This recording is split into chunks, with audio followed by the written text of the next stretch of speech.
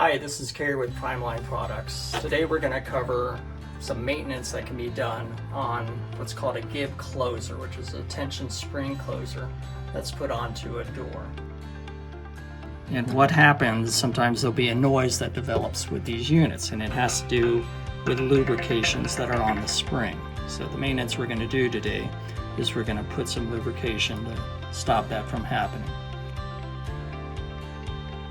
What it is are there are two springs inside of the unit, and in order to do this, you take it off your door, you've got to release the tension on it, and the closers come with a tensioning bar and a tensioning arm, so you've got to be able to take the tension off of it before you undo.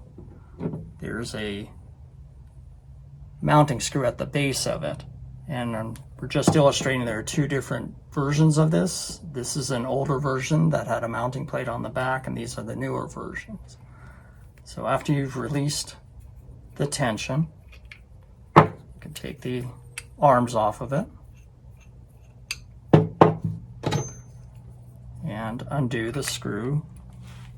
Just kind of put it down and hold your hand on it so you can hold it in place while you're loosen the screw. It all should come apart.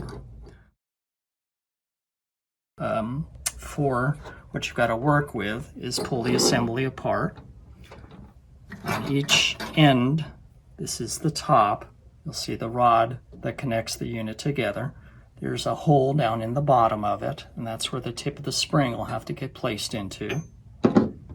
The adjustment disc, it also has a mounting hole for it, and you're going to have to realign that with the end of the spring. So try to keep them separated, so you know which is which.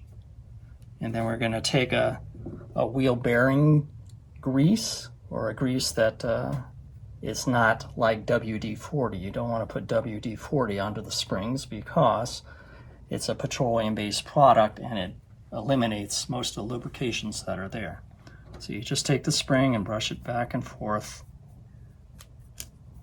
and this will help eliminate any of the noise that's occurring. So once that's done, it's just a matter of reassembling it all and aligning the mounting hole for the end of the spring. It's a little bit tricky to get in. And then realign it to the top.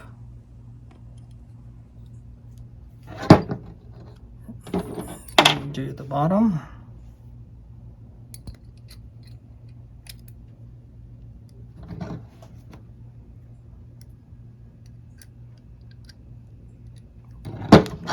Just kind of pinch it all together.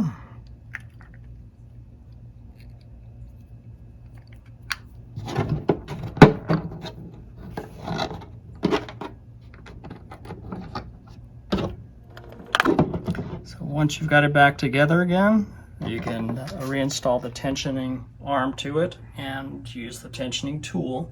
Just be aware you don't want to over tighten it when it's doing that. Each of these holes you can only do a quarter of a turn, a maximum of 4 times for the tensioning.